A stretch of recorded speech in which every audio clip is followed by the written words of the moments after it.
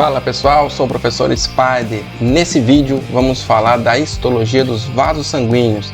Se você quer saber sobre a composição estrutural, as células, sobre cada túnica que vai compor a estrutura dos vasos sanguíneos, não perca esse vídeo. Nesse vídeo então eu vou mostrar para vocês como é a estrutura da túnica íntima, da túnica média e da túnica adventícia e como podemos diferenciar artérias, veias e diferenciar as artérias e veias em relação aos seus calibres, beleza? Então, depois da vinheta, você segue com o vídeo. Vamos lá!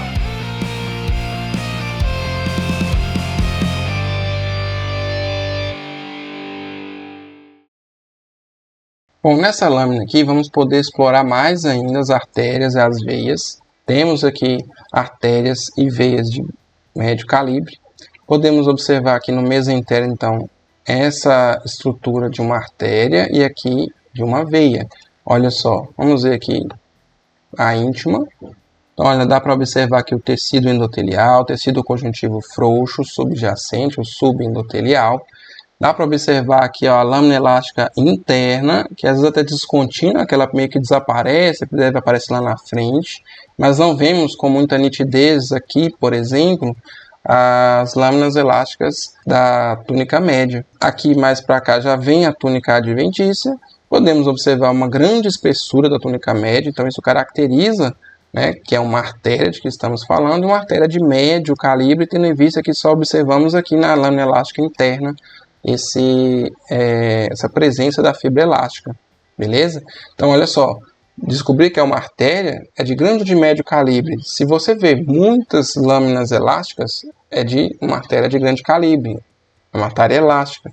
Se você só observa a lâmina elástica aqui subdividindo, né, a túnica média da túnica íntima, trata-se de uma artéria de médio calibre ou uma artéria muscular. Aqui está a túnica média, podemos observar aqui bastante tecido conjuntivo. A veia vai ter um aspecto semelhante. Aqui a gente pode observar, né, os feixes nervosos, né, na túnica adventícia.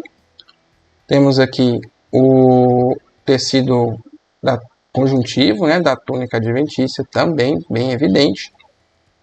Vamos carregando aqui, então bastante tecido conjuntivo. E aqui a túnica média dessa veia, né, que a gente vai observar que é uma veia de médio calibre também. E aqui ó, a tecido do epitélio simples pavimentoso, o tecido endotelial, que está revestindo essa veia, o tecido conjuntivo provavelmente aqui da túnica íntima, e já já a gente começa a túnica média, vemos aqui as fibras musculares.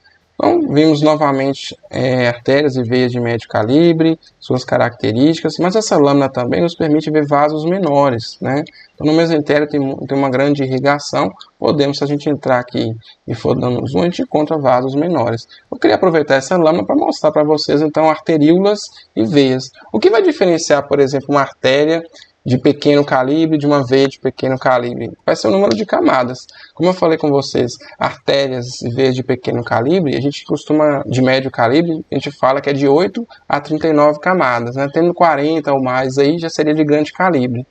E arteríolas. Então as arteríolas vão pegar ali até 3 camadas, né, de fibras musculares e são bem pequenos. Então a gente tem aqui, por exemplo, uma imagem aqui, ó, onde a gente observa uma luz bem pequenininha e 1, 2, 3 camadinhas de fibras musculares lisas e uma adventícia bem escassa. Então isso aqui é uma arteríola, tá? Então bem fácil de identificar.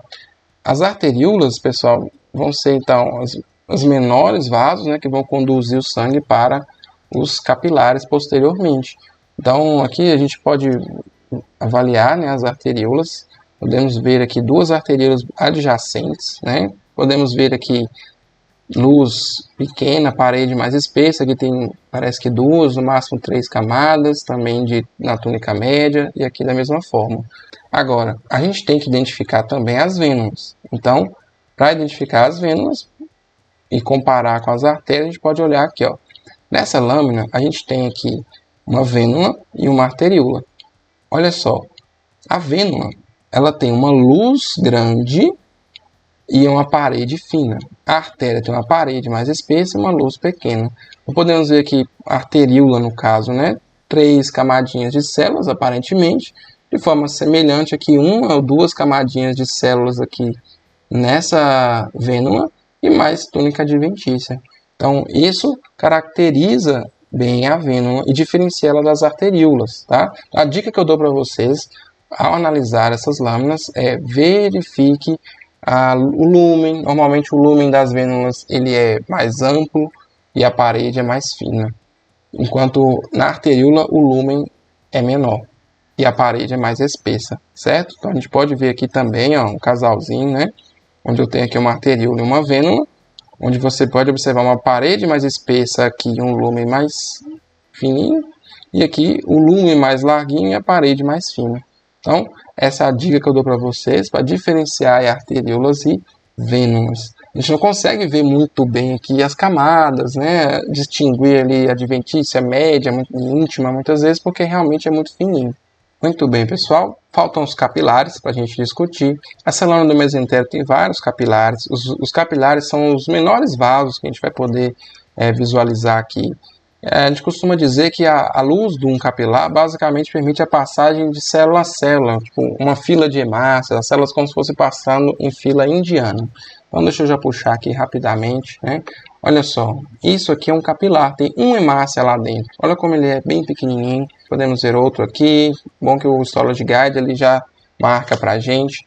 Então, a gente vai observar essa estrutura dos capilares em vários tipos de tecidos. Basicamente, aí, a gente observa em tecidos que você tem essa grande circulação de sangue, né? Mais uma vez aqui um capilar. Então, a célula endotelial ela abraça, ela mesma que faz a tubulação, digamos assim, que vai compor o vaso. E isso é interessante, porque a gente vê que essa lâmina especialmente, essa imagem aqui mostra então o capilar com o pericito, né, que acaba tendo um núcleo mais escurinho aí, ajudando a composição estrutural, né, que a gente tem nos capilares. Aqui tem uma imagem também de capilares em cortes longitudinais. Olha só, a gente vê os capilares aqui, ó, bem fininhos, aqui as células endoteliais, né, que revestem, que vão formar o capilar, e olha as hemácias em fila indiana aí, olha só. É por isso que a gente fala que as pessoas, por exemplo, quem tem anemia falciforme, né, quando as hemácias ficam com a sua parede mais rígida, tem dificuldade na circulação, eles costumam às vezes obstruindo a passagem de alguns capilares, de alguns vasos, gerando problemas para as pessoas que apresentam, né, a doença falciforme, por exemplo. Então aqui, esse corte longitudinal dá para a gente observar como esses capilares são bem fininhos de fato. Bom, pessoal, para finalizar, então, gostaria de mostrar, por exemplo, uma situação de alteração da estrutura vascular, né, que é na aterosclerose. Nessa lâmina aqui, nós vamos ver a artéria femoral. Ela está com uma coloração diferente, né? Essa coloração ela acaba ajudando a marcar as estruturas fibrosas. No caso, aqui nós vamos observar, ó, como a lâmina elástica está bastante corada. Nós podemos ver aqui a lâmina elástica interna e aqui naturalmente vai ser a íntima, né? Separando a túnica íntima da túnica média. Quando a gente vai vendo aqui outras lâminas, né? Então, no caso aqui desse estudo, nós vamos ver a artéria femoral novamente, mas podemos observar aqui um espessamento da túnica íntima. Olha só agora.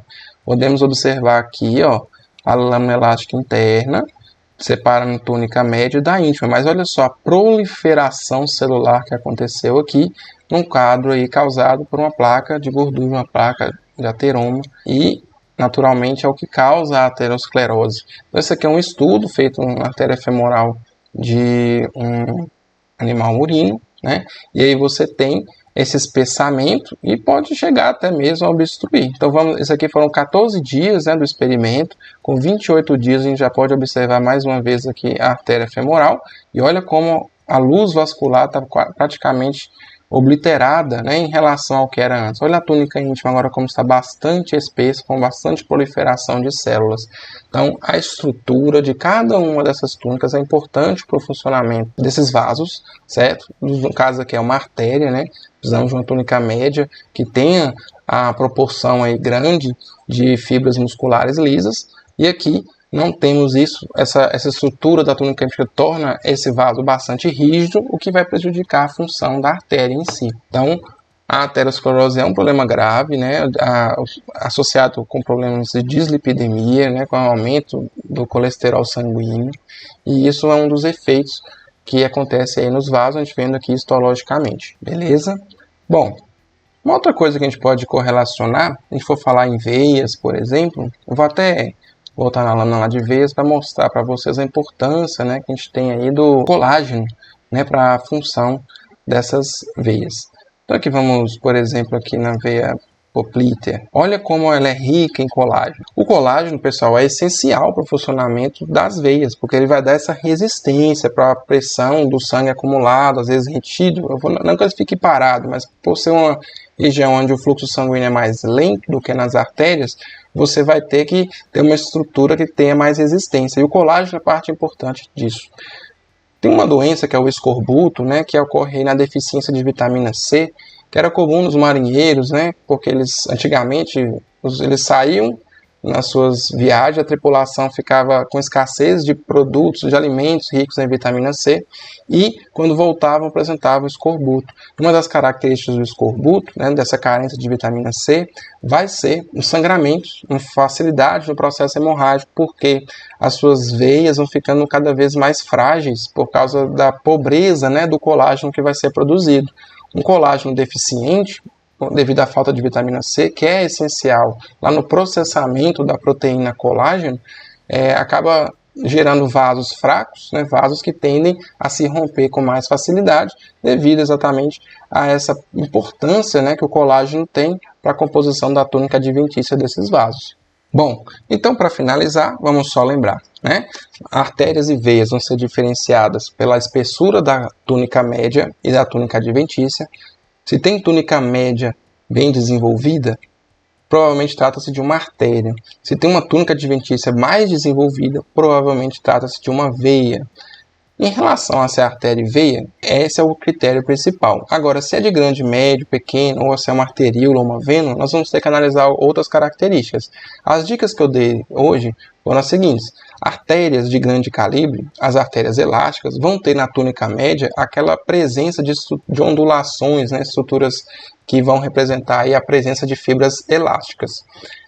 Quando não aparecer isso na túnica média, provavelmente você vai estar diante de uma artéria muscular ou uma artéria de médio calibre ou de pequeno calibre. O que vai mudar ali vai ser basicamente quantidade de camadas, né? Se for até 8 camadas, pequeno calibre. Acima disso, até 39 seria a de médio calibre. Além disso, nessas artérias de pequeno e médio calibre, a gente só consegue observar essas ondulações ali na lâmina elástica interna que delimita a túnica íntima da túnica média. Nas veias, o processo é semelhante, mas a gente conta o número de camadas, já que a gente não tem muito desenvolvimento da túnica média, que é o fator principal para a diferenciação das artérias.